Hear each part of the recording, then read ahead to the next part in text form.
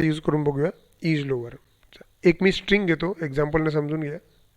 एक मी स्ट्रिंग घेतो. सपोज मी एक एस टी आर नावाची स्ट्रिंग घेतली. S T R equals to double कोट्समध्ये सपोज मी लक्ष असं टाईप केलं. ठीक आहे. आता तुम्ही लक्ष बघा, मी लक्ष कम्प्लिटली लोअर केसमध्ये आहे. ओके. आता आपल्याला असा प्रोग्राम लिहायचा आहे की हे कम्प्लिटली लोअर केसमध्ये आहे की नाही हे गेट करायचं आहे. मीन्स आपल्याकडे इज लोअर नावाचं एक फंक्शन आहे. जर इज लोअर या फंक्शनची व्हॅल्यू ट्रू आली याचा अर्थ स्ट्रिंग कम्प्लिटली लोअर केसमध्ये आहे. आणि सपोज फॉल्स आली तर अप्पर केस म्हणजे लोअर केसमध्ये नाही आहे असं त्याचा अर्थ होतो. चला आपण चेक करून बघूया. चेक करण्यासाठी एक काम करतो, मी एक व्हेरिएबल घेतो. व्हेरिएबल इक्वल्स टू आणि आपण आपला आता सिंटॅक्स यूज करूया की हे काय आउटपुट देते. ठीक आहे. आपला सिंटॅक्स काय होता, स्ट्रिंग डॉट इज लोअर. बरोबर. तर आपली स्ट्रिंग आहे S T R. S T R dot is lower. बरोबर. असं असेल, एक तर हे असेल किंवा नसेल, म्हणजे लोअर केसमध्ये असेल किंवा नसेल. जर लोअर केसमध्ये असलं तर काय होणार आहे, ट्रू किंवा फॉल्स कशात सेव्ह होणार आहे, झेडमध्ये. ठीक आहे. आता सपोज मी याला प्रिंट करतो म्हटलं, प्रिंट, आणि झेडची व्हॅल्यू मी फक्त प्रिंट करतो. बघा मी कुठंच कंपॅरिझन नाही केलं, मी फक्त प्रिंट करून बघतो की आउटपुट काय येणार आहे. कोणी सांगू शकते का की याचं आउटपुट काय येते.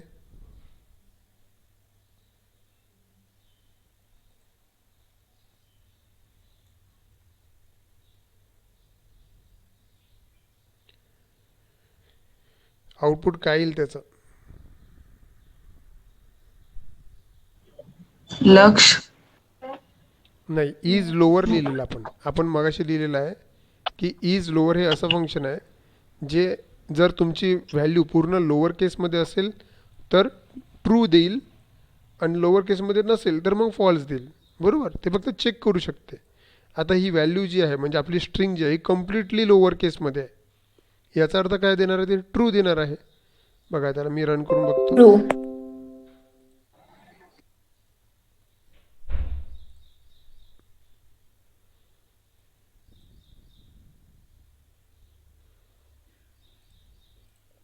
बघा आउटपुट आलं. आउटपुट काय आलं आहे, ट्रू आहे. ट्रू का बरं आलं आहे, कारण ट्रू. लक्ष ही जी आहे ना ही कम्प्लिटली लोअर केसमध्ये आहे म्हणून. सपोज मी लक्षला अप्पर केसमध्ये टाकलं असतं. बघा आता मी याला कॅपिटल लेटरमध्ये लिहिलं लक्ष, आता कॅपिटल लेटरमध्ये आहे आणि मी पुन्हा रन केलं तर बघा आउटपुट काय आलं. आता बघा आउटपुट काय आलं, फॉल्स आलं. म्हणजेच इज लोअर काय करून राहिलं, हे एक असं फंक्शन आहे जे चेक करू शकते की तुमची असलेली स्ट्रिंग ही कम्प्लिटली लोअर केसमध्ये आहे की नाही. जर लोअर केसमध्ये असेल तर ट्रू देईल, अदरवाईज फॉल्स देईल. एकदमच सोपं. ठीक आहे. आता बघा मला आउटपुट असं पाहिजे. आता मला काय करायचं की यूजरकडून हे नाव रीड करायचं आहे. ठीक आहे. आणि हे कम्प्लिटली लोअर केसमध्ये आहे की नाही असं प्रिंट करायचं आहे. मीन्स फॉर एक्झाम्पल आपण यूजरकडून लक्ष हे नाव रीड केलं, तो कॅपिटलमध्ये टाईप करू शकतो किंवा स्मॉलमध्ये टाईप करू शकतो. जर त्यानं कम्प्लिटली स्मॉलमध्ये टाईप केलं असेल तर आउटपुट आला पाहिजे the string is in lower case. आणि जर कॅपिटल लेटरमध्ये असेल तर string is in upper case असं मला आउटपुट पाहिजे. ठीक आहे. ओके. आता करून बघूया. बघा मी आउटपुट इथं काढतो. हे बघा आउटपुट असं असलं पाहिजे. आपण यूजरकडून स्ट्रिंग घेणार आहे म्हणून एंटर द स्ट्रिंग. तो स्मॉलमध्ये लिहू शकतो किंवा कॅपिटलमध्ये लिहू शकतो. सपोज त्याने स्मॉलमध्ये लिहिलं तर लिहून आलं पाहिजे the string is in lower case. आणि तेच त्यांना जर इथं कॅपिटलमध्ये लिहिलं असतं तर लिहून यायला पाहिजे होतं the string is in upper case. ठीक आहे. चला करून बघूया. आता हे आउटपुट पाहिजे आपल्याला म्हणजे काय, यूजरकडून एक स्ट्रिंग रीड करावं लागेल. चला मी एक व्हेरिएबल घेतो एस टी आर नावाचं. यूजरकडून काहीही स्ट्रिंग रीड करायचं असेल तर आपण इनपुट नावाचं फंक्शन वापरतो. तर एंटर द स्ट्रिंग नावाचं मी एक सपोज सेंटेन्स लिहितो. यामुळे काय होईल, स्ट्रिंग रीड करेल. समोरचा व्यक्ती काहीही टाईप करू शकतो. इमॅजिन करा की त्यानं लक्ष स्मॉलमध्ये टाईप केला आहे. मग काय करावं लागेल, कम्पेअर करावं लागेल ना. कम्पेअर करण्यासाठी तुम्हाला पहिले एखाद्या व्हेरिएबलमध्ये व्हॅल्यू तर गेट करता यायला पाहिजे. तर सेम जसं मगाशी केलं मी तसंच करतो. इज लोअरचा यूज केला मी. आता बघा झेडमध्ये एक तर ट्रू राहील किंवा फॉल्स राहील. झेडमध्ये जर ट्रू आला याचा शब्दाचा अर्थ काय झाला की ती स्ट्रिंग कम्प्लिटली लोअर केसमध्ये आहे. आणि तेच झेडमध्ये जर फॉल्स आला याचा अर्थ काय झाला की ती स्ट्रिंग कम्प्लिटली अप्पर केसमध्ये आहे, है ना. मग कसं करता येईल आपल्याला, समोर काय करायला पाहिजे, आपल्याला आउटपुट असं पाहिजे the string is in lower case, the string is in upper case.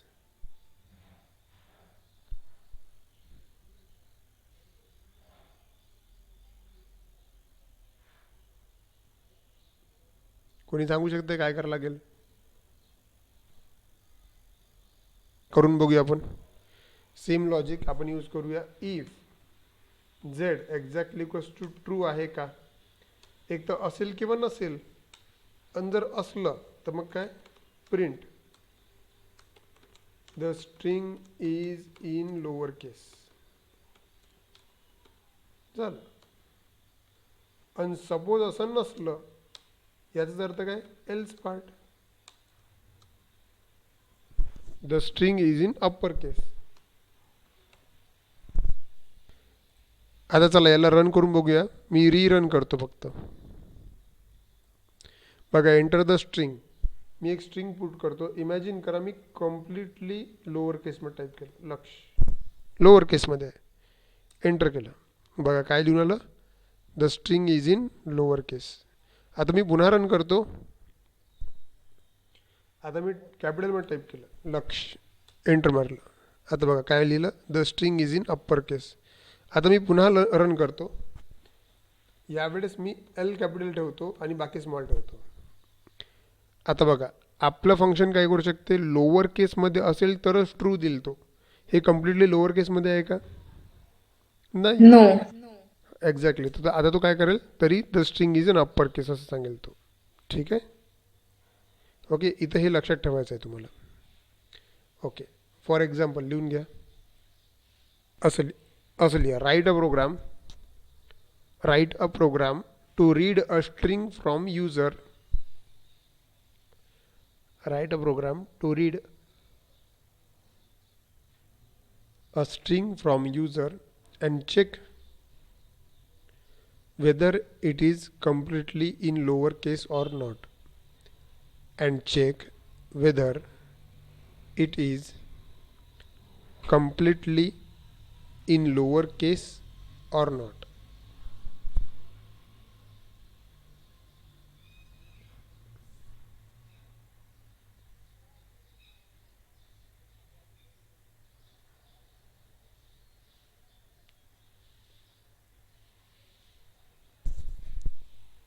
आणि हा प्रोग्राम लिहून घ्या.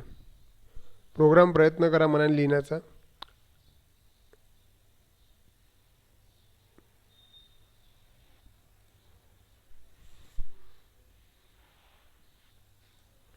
ओके ठीक आहे, तुम्ही सगळ्यांनी लिहिला.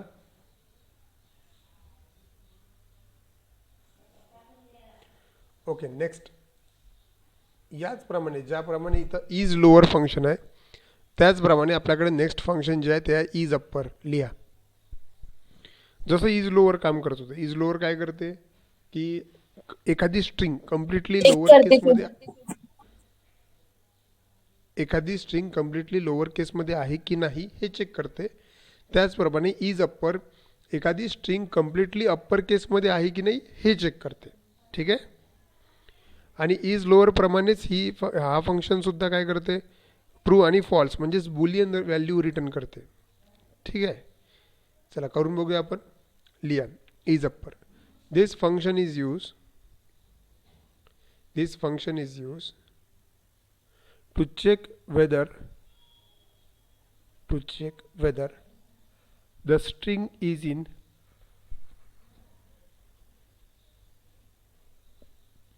this function is used to check whether the string is in completely uppercase or not. Completely uppercase or not. Completely uppercase or not. Next लाईनमध्ये इट रिटर्न ट्रू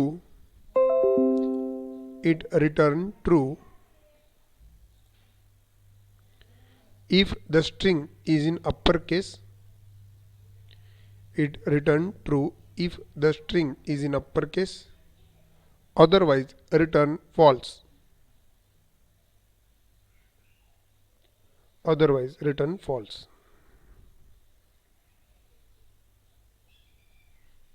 Syntax. तर सिंटॅक्स लिहून घ्याल, स्ट्रिंग डॉट इज अप्पर. आणि लिहिणं झालं की सांगा. चला आता याचा पण एक्झाम्पल करून बघूया. सेम जसं मगाशी केलं तेच एक्झाम्पल आहे.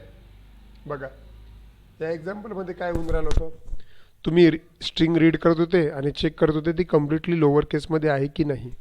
आता मला काय करायचं आहे, ती स्ट्रिंग कम्प्लिटली अप्पर केसमध्ये आहे की नाही हे चेक करायचं आहे. तर इज लोअरच्या ऐवजी काय करायला लागेल, इज अप्पर झालं, आणि स्ट्रिंगमध्ये अप्पर केस लिहायला लागेल.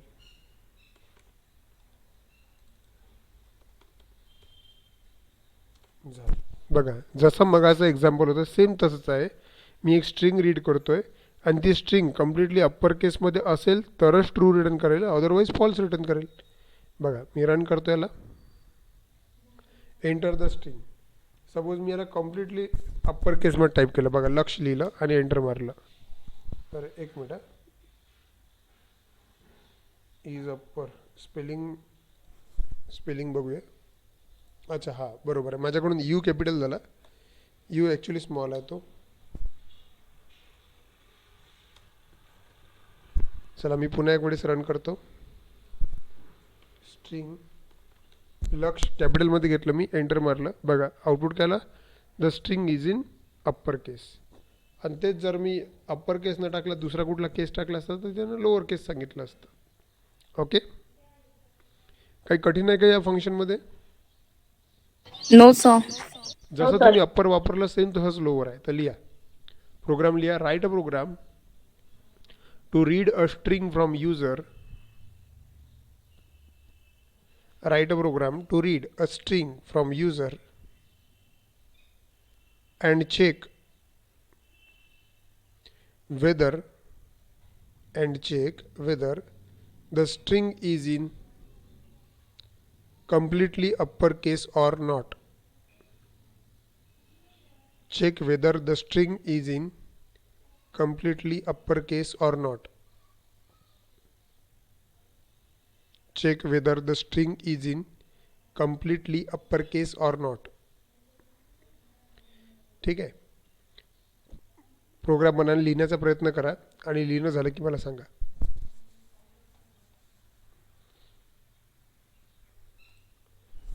Now the next function is alpha.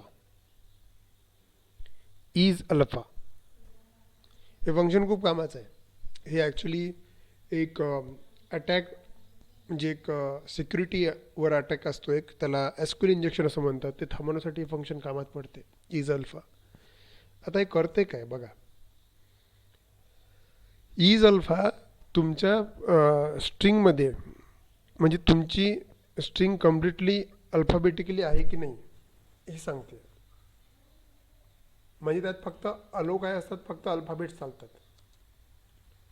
It अलो ओनली अल्फाबेट, ओनली अल्फाबेट. याचा अर्थ काय, अलो ओनली अल्फाबेट म्हणजे काय. फॉर एक्झाम्पल आपण एखादं युजर नेम क्रिएट करतो, तर बऱ्याच वेळेस आपण युजर नेममध्ये स्पेशल सिम्बॉल्स वापरतो. फॉर एक्झाम्पल आता राम असेल, रामला स्वतःचा युजर नेम ठेवायचा. सपोज राम 123@. आता त्याचा युजर नेम झाला, बट राम जो शब्द झाला हा अल्फाबेट झाला, त्यानंतर 1 2 3 हे न्यूमरिक झाले आणि @ हा एक स्पेशल सिम्बॉल झाला. बरोबर, बऱ्याचशा वेळेस आपल्याला गरज पडते की ती स्ट्रिंग कम्प्लिटली अल्फाबेटिकमध्ये आहे की नाही, अल्फाबेटिकल आहे की नाही हे आयडेंटिफाय करणं आवश्यक असते. ठीक आहे, आणि हे आयडेंटिफाय करण्यासाठी आपल्याकडे जे फंक्शन असते ते असते इज अल्फा. त्याला 2 व्हॅल्यू असतात, ट्रू ऑर फॉल्स. जर एखादी स्ट्रिंग कम्प्लिटली अल्फाबेट्समध्ये असेल तर मग ते ट्रू रिटर्न करते, आणि जर असं नसेल तर मग ते फॉल्स रिटर्न करते.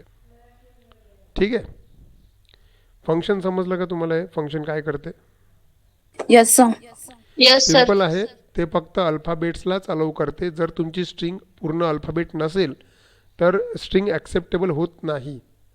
याचा वापर मॅक्झिमम टाईम एसक्यूएल इंजेक्शन नावाचा एक हॅकिंगचा प्रकार असतो, ठीक आहे, तो रोखण्यासाठी होतो. हॅकिंग एसक्यूएल इंजेक्शन काय असते बघा, डेटाबेसमध्ये @, डॉट, ब्रॅकेट या सगळ्या गोष्टींचं एक स्पेशल मिनिंग असते. जर तुमच्या थ्रू म्हणजे तुम्ही युजरनेम पासवर्ड जेव्हा पुट करतात त्याच्या थ्रू जर या प्रकारच्या व्हॅल्यूज डेटाबेसपर्यंत पोहोचल्या तर त्यामुळे डेटाबेस हॅक पण होऊ शकतो. तर असं नाही झालं पाहिजे म्हणून बऱ्याचशा वेळेस तुम्ही बघत असाल, जर तुम्ही एस बी आयची साईट बघितली असेल तर एस बी आयमध्ये जो युजर नेम असतो तो फक्त अल्फाबेटच असतो. तुम्ही त्यात @1 2 3 4 असं काही यूज नाही करू शकत. ते त्याचं कारण हेच आहे की त्यांना एसक्यूएल इंजेक्शन नावाचा प्रकार थांबवायचा आहे. तर त्यासाठी ती जी युजर नेम असते ती कम्प्लिटली काय पाहिजे, अल्फाबेट्समध्येच असली पाहिजे. तर आपल्याला पहिले चेक तर करावं लागेल ना की एखादी युजर नेम अल्फाबेट किंवा कुठलंही स्ट्रिंग अल्फाबेटमध्ये आहे की नाही. आणि हे चेक करण्यासाठी आपण जे यूज करतो ते आहे इज अल्फा. ठीक आहे, लिहा याच्याबद्दल आता. Is alpha, this function is use to check, this function is used to check whether the string is in completely alphabets or not. This function is used to check whether the string is in completely alphabets or not. It return true, next line मध्ये it return true, it return true if the string is in alphabet. It return true if the string is in alphabet. It return true if the string is in alphabet, otherwise return false. Otherwise return false.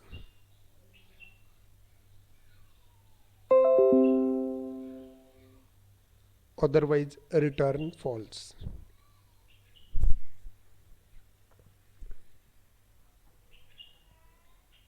लिहिलं का? Yes, sir. Syntax लिहा.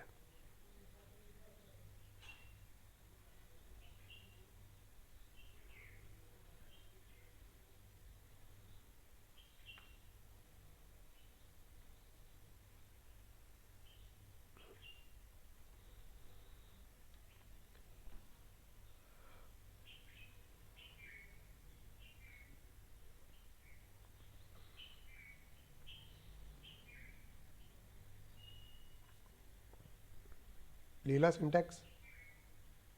Yes, sir. Okay. आता आपल्याला example जसं मगाशी केलं आपण तसंच पाहिजे, सेम त्याच टाईपचं. बघा आउटपुट याप्रमाणे असलं पाहिजे. Enter the string, enter the string only in alphabet. म्हणजे स्ट्रिंग रीड करायचे फक्त अल्फाबेट्समध्ये, ओनली इन अल्फाबेट्स. ठीक आहे. सपोज एखादं टाकलं राम, तर हे व्हॅलिड आहे, इथं लिहून आलं पाहिजे the string is in alphabet. ठीक आहे, अल्फाबेट. पण जर एखाद्यानं टाकलं राम 1 2 3 तर लिहून आलं पाहिजे the string is not in alphabet. समजलं का काय करायचं आहे आपल्याला?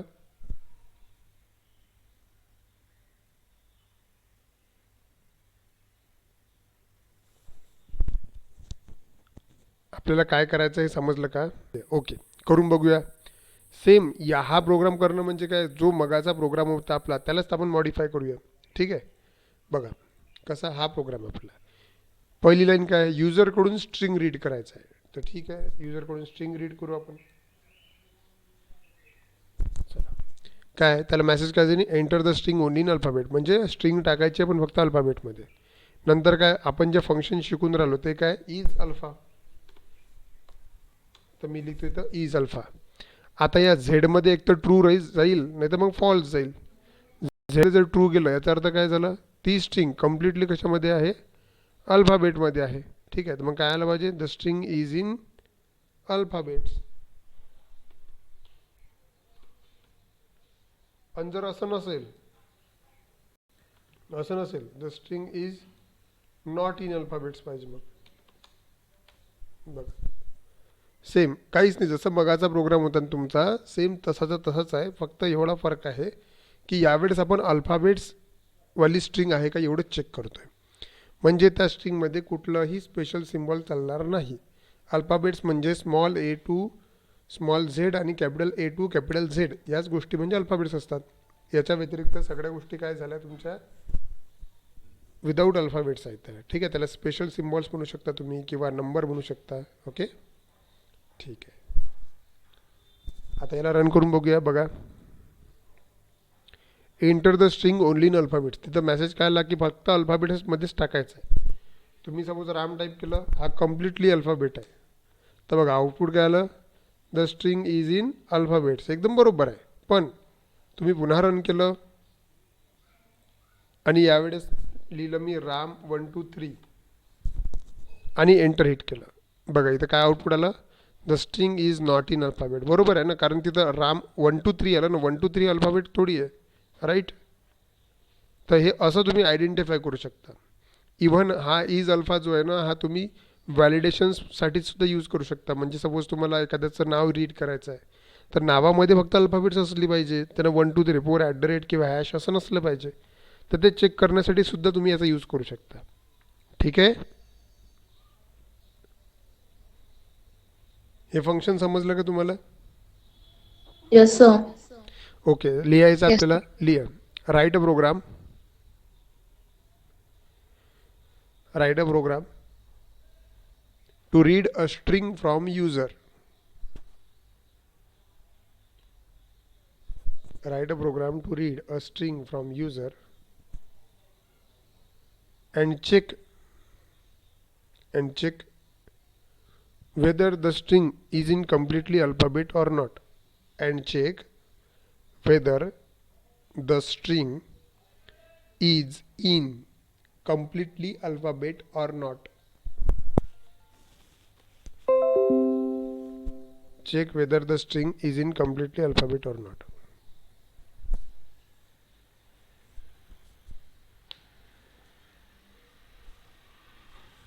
लिहिलं आणि हा एक्झाम्पल लिहा.